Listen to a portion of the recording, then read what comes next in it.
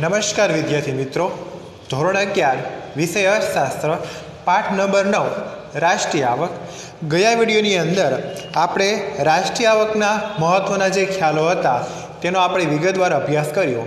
आ विडियोनी अंदर आपणे राष्ट्रीय आवकनुं मापन एटले के राष्ट्रीय आवक मापवानी जे अलग अलग पद्धतिओ छे ए पद्धतिओमांनी पहेली पद्धति उत्पादन पद्धति અને તેની મહત્વની બાબતોમાં આ 6 મહત્વની જે બાબતો છે તેનો આપણે વિગતવાર અભ્યાસ કરીશું।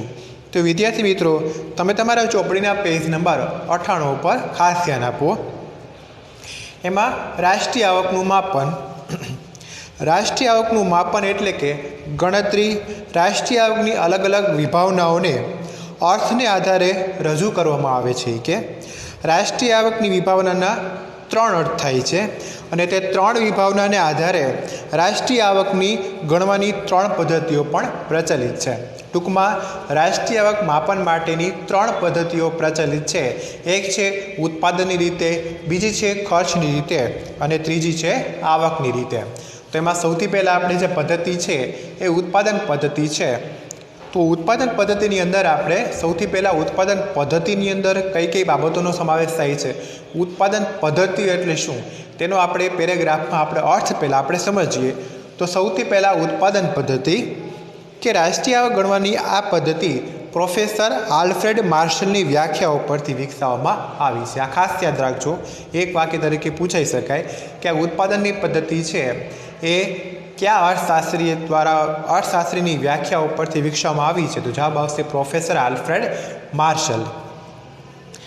आनी अंदर एटले कि उत्पादन पद्धतिनी अंदर वर्ष दरमियान खेती, उद्योग अने सेवा क्षेत्र में अंतिम स्वरूपनी वस्तुओ एटले कि जे फाइनली जे वस्तु है बधी प्रोसेस थई गया बाद आपणे जे वपराश योग्य होय एवी अंतिम स्वरूपनी वस्तुओ अने सेवाओनुं जे उत्पादन थयुं होय तेना नाणाकीय मूल्यनो सरवाळो ए राष्ट्रीय आवक गणवामां आवे छे। एटले आ पद्धतिनी अंदर जे अंतिम स्वरूपनी जे वस्तुओ छे जे वर्ष दरमियान अंतिम स्वरूपनी जे वस्तुओ अने सेवाओ छे एनुं उत्पादन थयुं होय तेना नाणाकीय मूल्यनो सरवाळो एटले शुं कहेवामां आवशे तो के राष्ट्रीय आवक गणवामां आवे छे। के खेती, उद्योग अने सेवा क्षेत्रना उत्पादन जथ्थो जाणी तेने बजार किंमतोथी गुणी नाणाकीय मूल्य शोधवामां आवे छे। एटले के आ विभागनी अंदर आ पद्धतिनी अंदर खेती है, उद्योग और सेवा 3 क्षेत्र आपणे अस्तित्वमां छे। आ 3 क्षेत्रमांथी आ टोटल एटले कुल उत्पादन जथ्थो आपणे जाणવાનો छे अने ए जथ्थाने एनी जे बजार किंमत चालती होय ए बजार किंमत वडे आपणे गुणी अने कुल नाणाकीय मूल्य आपणे शोधवामां आवे छे त्यारे आपणे साची राष्ट्रीय आवक मळशे। के वस्तुओं ने सेवाओना आ नाणाकीय मूल्यनो सरवाळो ए देशनी राष्ट्रीय आवकनी गणतरी है।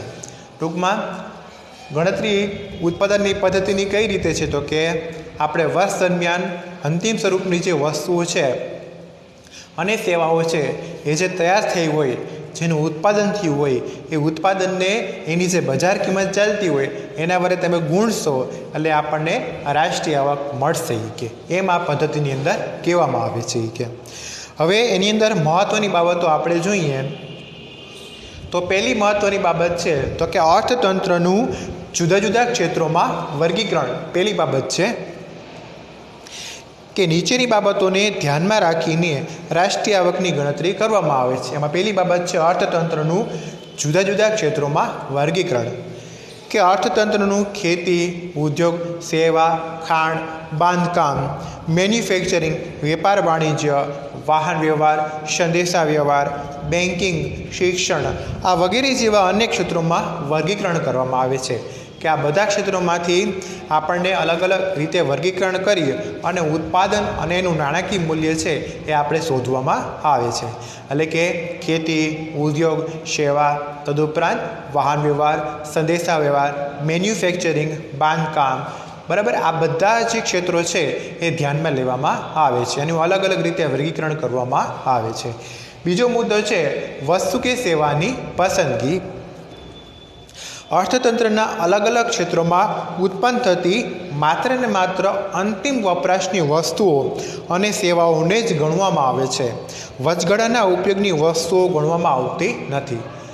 કહેવા શું માગે છે કે વસ્તુની સેવાની પસંદગી કઈ રીતે કરવામાં આવે છે આ પદ્ધતિની અંદર કે વર્ષ દરમિયાન જે અંતિમ સ્વરૂપની વસ્તુ તૈયાર થઈ હોય ને એ ધ્યાનમાં લેવાય. ઉદાહરણ તરીકે આપણે રૂ છે તો રૂમાંથી હજી સૂતર બને, સૂતરમાંથી હજી કાપડ બને. તો રૂમાંથી સૂતર બને છે તો સૂતર આપણા માટે શું થયું તો કે વધગળાની વસ્તુ થઈ કહેવાય. એક્ઝામ્પલ માટે હજી આપણે એમાં વધારે પ્રોસેસ કરીએ તો કાપડ બને છે. ટૂંકમાં કોઈ અધૂરી વસ્તુ છે કે જેમાં હજી પ્રોસેસ પૂર્ણ થઈ નથી એવી વચગાળાની વસ્તુ છે એ ધ્યાનમાં લેવામાં આવશે નહીં. કેમ કે દૂધ છે, ઉદાહરણ તરીકે દૂધ છે તો દૂધમાંથી ઘણી બધી પ્રોસેસ કરીને ઘણી બધી વસ્તુ બનાવવામાં આવશે તો એ અંતિમ સ્વરૂપની વસ્તુ થઈ, પણ વચગાળાની વસ્તુ છે એ હજી આપણે આમાં ધ્યાનમાં લેવામાં આવશે નહીં. કે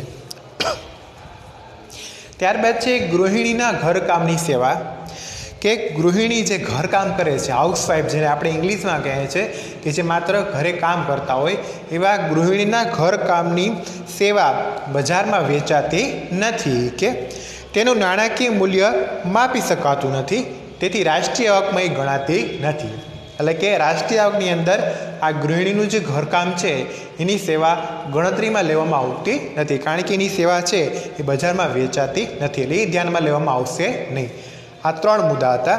ત્યારબાદ આપણે ચોથા મુદ્દાનો અભ્યાસ કરીએ કે સ્વ વપરાશ. તો વિદ્યાર્થી મિત્રો ચોથા જે પોઈન્ટ છે એ માટે પેજ નંબર 99 ઉપર ખાસ ધ્યાન આપો કે સ્વ વપરાશ માટે ઉત્પન્ન થયેલ વસ્તુઓ બજારમાં વેચાતી નથી. સ્વ વપરાશ એટલે પોતાના જાત માટે ઉપયોગમાં લીધેલી કોઈ વસ્તુ તમે બનાવો છો તો એ બજારમાં વેચાતી નથી, તેનું નાણાકીય મૂલ્ય આંકી શકાતું નથી, માટે તે પણ રાષ્ટ્રીય આવકની ગણતરીમાં લેવાતી નથી. તમે ખુદ વપરાશ, ખુદ સ્વ એટલે ખુદ પોતે જાત વપરાશ માટે કોઈ વસ્તુ તમે બનાવેલી છે અને તમે ખુદ ઉપયોગ કરો છો, તેનું નાણાકીય મૂલ્ય છે એ રાષ્ટ્રીય આવકમાં ધ્યાનમાં લેવામાં આવશે નહીં, એની ગણતરી થતી નથી. કે ખાલી એક જ વસ્તુ છે સ્વ વપરાશની કે એનું આપણે મૂલ્ય ધ્યાનમાં લઈએ છીએ. એ કઈ વસ્તુ છે તો કે ભારતમાં ખેડૂતે સ્વ વપરાશ માટે રાખેલ અનાજ અપવાદ તરીકે રાષ્ટ્રીય આવકમાં ગણતરીમાં લેવામાં આવે છે.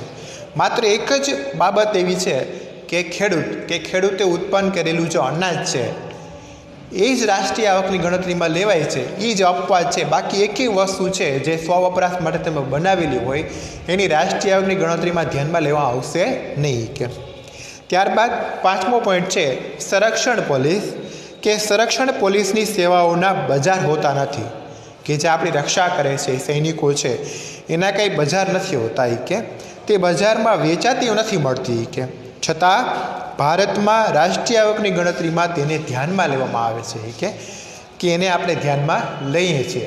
બજારમાં એ સેવા વેચાતી નથી મળતી છતાં પણ આપણે શું કરીએ તો કે એની જે છે રાષ્ટ્રીય આવકમાં ગણતરી આપણે કરીએ છીએ. કે ત્યારબાદ છઠ્ઠો મુદ્દો છે આરોપિત ભાડું. કે જો આ ખાસ એક વાક્ય તરીકે પૂછાઈ શકે આરોપિત ભાડું 1 માર્ક તરીકે, એની ખાસ વ્યાખ્યા આપણે જોઈએ કે પોતાનું મકાન બીજાને ભાડે